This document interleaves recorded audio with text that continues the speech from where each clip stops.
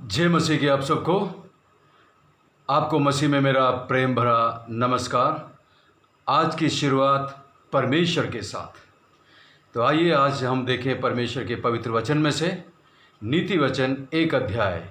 क्योंकि आज 1 मई 2020 है, तो हम प्रत्येक दिन उस दिन की तारीख के अनुसार नीति वचन में से 1 अध्याय पढ़ा करेंगे। क्योंकि नीति वचन में 31 अध्याय है और महीने में 31 दिन होते हैं, इसलिए हम हर रोज़ एक नीति वचन को पढ़ेंगे।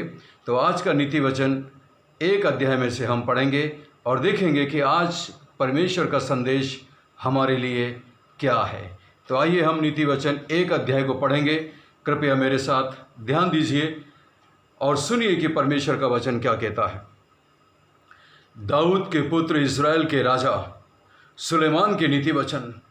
इनके द्वारा पढ़ने वाला बुद्धि और शिक्षा प्राप्त करे और समझ की बातें समझे और काम करने में प्रवीणता और धर्म, न्याय और निष्पक्षता की शिक्षा पाए, कि भोलों को चतुराई और जवान को ज्ञान और विवेक मिले, कि बुद्धिमान सुनकर अपनी विद्या बढ़ाए और समझदार बुद्धि का उपदेश पाए, जिससे वे नीति वचन और दृष्टांत को और बुद्धिमानों के वचन और उनके रहस्यों को समझें।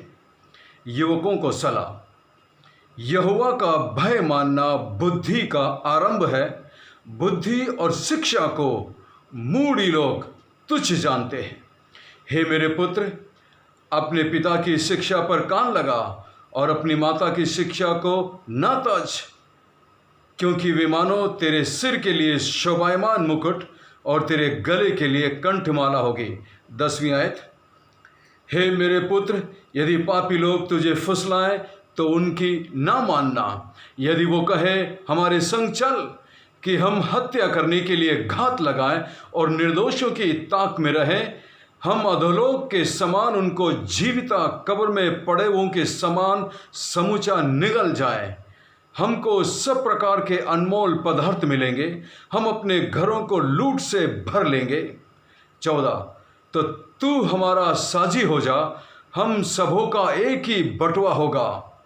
तो 15वीं आयत में देखो लिखा है, तो हे मेरे पुत्र, तू उनके संग मार्ग में ना चलना, वरन उनकी डगर में पांव भी न रखना, क्योंकि वे बुराई ही करने को दौड़ते हैं और हत्या करने को फुर्ती करते हैं।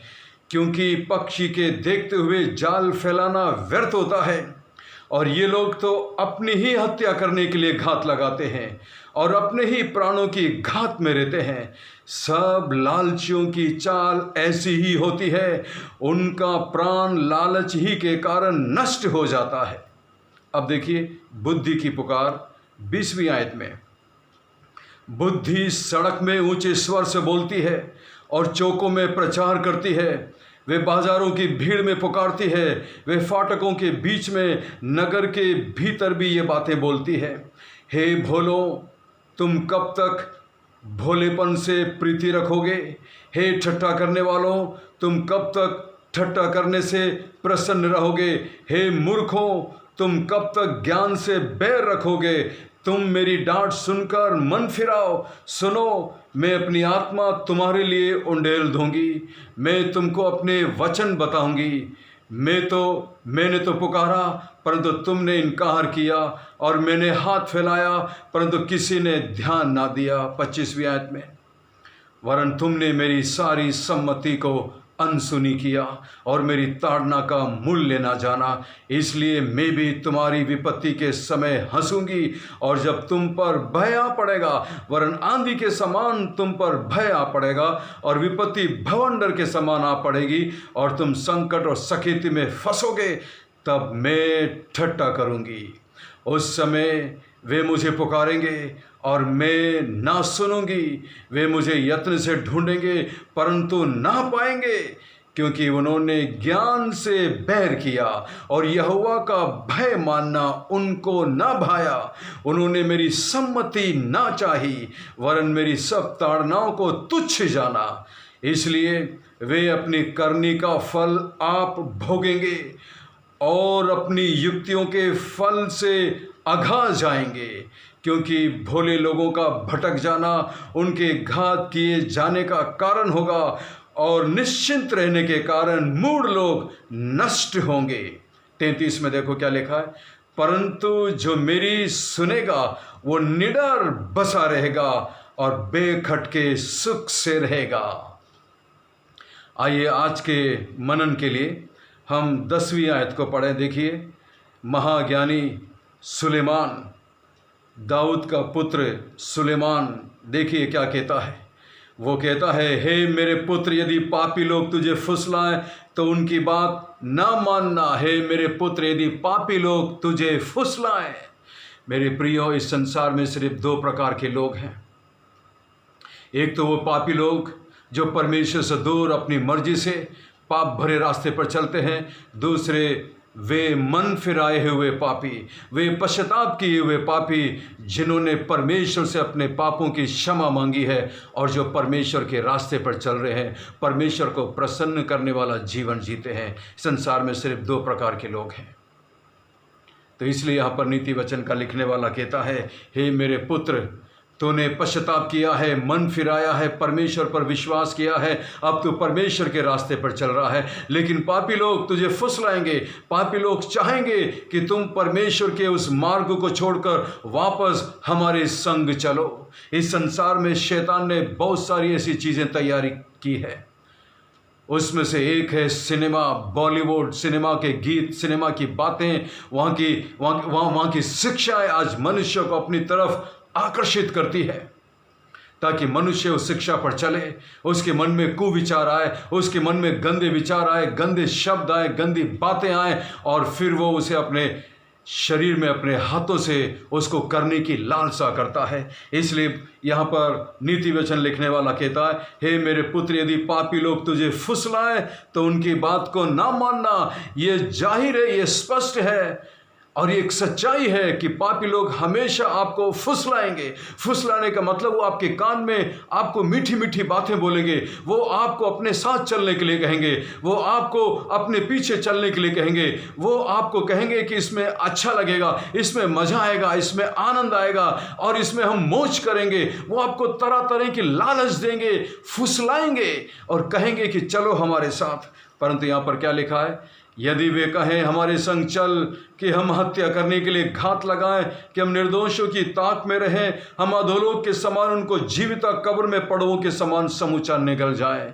हम चोरी करेंगे, हम घात करेंगे, हम बुरा काम करेंगे, हम पाप करेंगे, हम बुराई के रास्ते पर चलेंगे। इस तरह की बातों से पापी लोग, वो बुरे लोग, वो दुष्ट लोग जिनका परमेश्वर पर ईमान नहीं है, विश्वास नहीं है, गलत रास्ते पर चलते हैं, ऐसे चारों तरफ आपको लोग मिल जाएंगे। वे लोग आपको फुसलाएंगे, वो कहेंगे चलो हमारे साथ, हम पाप करें, हम बुराई करें, हम सिनेमा देखें, दारू पिएं, बीड़ी पिएं, सिगरेट पिएं, गाली बकें, गंदी चीज़ों को करें, दूसरों की बेइज्जती करें, दूसरों को नुकसान पहुंचाएं, दूसरों की चोरी करें, दूसरों के साथ बेईमानी करें, दूसरों को धोखा दें। ऐसा कह के संसार के लोग, पापी लोग आपको अपने पीछे आने के लिए फुसलाएंगे। परंतु परमेश्वर का वचन क्या कहता है, तो हे मेरे पुत्र, तो उनके संग मार्ग में ना चलना, उनके संग चलना भी नहीं, उनकी संगति नहीं करना, उनके साथ बैठना नहीं, उनकी बात को सुनना भी नहीं है। जैसा कि किसी ने कहा, मुझे बताइए कि आपके दोस्त कौन है, तो मैं बताऊंगा कि आपकी असलियत क्या है। याद रखिएगा, हम जिनके साथ रहते हैं, जिनके साथ संगति करते हैं, उनका असर हमारे जीवन पर पड़ता है। जिस तरह परमेश्वर का वचन याकूब की किताब में कहता है, अच्छी संगति को बुरा संगति बिगाड़ देती है, अच्छे चरित्र को, अच्छे मनुष्य को बुरी संगति बिगाड़ कर रख देती है, नाश कर देती है। बुरी संगति अच्छे से अच्छे चरित्र को बिगाड़ देती है। जिस तरह हम सब ने इस बात को सुना होगा, एक सड़ा हुआ आलू पूरे अच्छे आलू को खराब कर देता है। यदि आप एक थाली में बहुत सारे अच्छे आलूओं के साथ एक सड़े हुए आलू को रख दें, तो वो सारे अच्छे आलू मिलकर इस सड़े हुए आलू को अच्छा नहीं कर सकते, बल्कि एक सड़ा हुआ आलू पूरे अच्छे आलू को सड़ा देता है। बुराई की ताकत, दुष्टता की ताकत, पापियों का इन्फ्लुएंस बहुत तेज होता है। वो आपको खराब कर देगी, आपको बिगाड़ देगी। बहुत सारे अच्छे लोग बुरी संगति की वजह से बिगड़ गए हैं। बहुत सारे अच्छे चरित्रवान लोग बुरी संगति के साथ, बुरी संगति की वजह से आज वो जेल खाने में हैं। आज जेलों में जाकर बहुत सारे उन लोगों से पूछिए कि आपका यहाँ पर आना कैसा हुआ। वो अपने इतिहास बताएंगे कि उनके पाप के रास्ते पर चलने का तरीका किस प्रकार शुरू हुआ। वो एक छोटे से शुरुआत से हुई। उन्होंने गंदे दोस्तों की संगति की, गंदे दोस्तों की बातों को उन्होंने सुनना शुरू किया, उनके साथ उठना बैठना शुरू किया और धीरे धीरे वे उनके समान बनते चले गए। जिस तरह कहावत है, कोयले की दलाली में हाथ काला। इसलिए मेरे दोस्तों, एक विश्वासी होने के नाते, एक परमेश्वर के जन होने के साथ बहुत ही बुद्धिमानी से अपने दोस्तों को चुनिएगा। Be wise to choose your friends.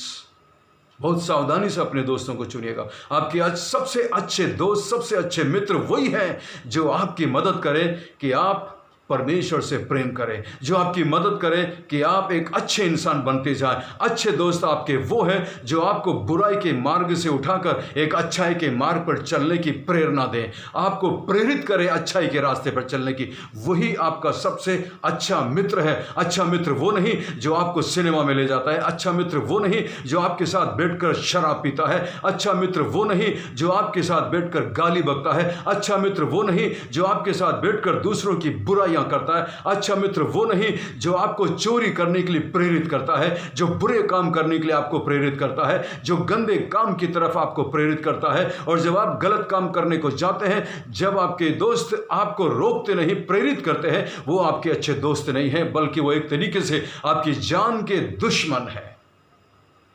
अच्छा मित्र वो है जो आपको पाप के रास्ते पर चलने से रोकता है। आप खुद एक ऐसा मित्र बनिएगा तो परमेश्वर जरूर आपसे ऐसे मित्रों को लाकर मिलाएगा जो आपके सच्चे मित्र होंगे और आपको परमेश्वर के रास्ते पर चलने में प्रेरित करेंगे। आज के वचन के लिए इसे याद रखिएगा।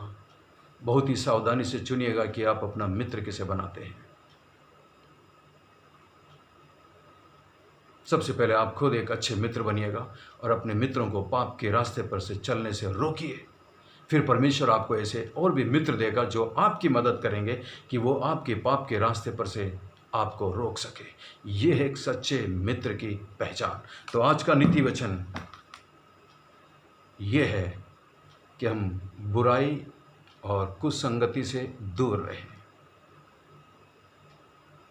ये है आज का नीति वचन। आज के दिन की शुरुआत परमेश्वर के साथ, इस वचन के साथ शुरू करिएगा। परमेश्वर आपको बहुत बहुत आशीष दे। बहुत बहुत धन्यवाद वचन को सुनने के लिए। जय मसीह की आपको।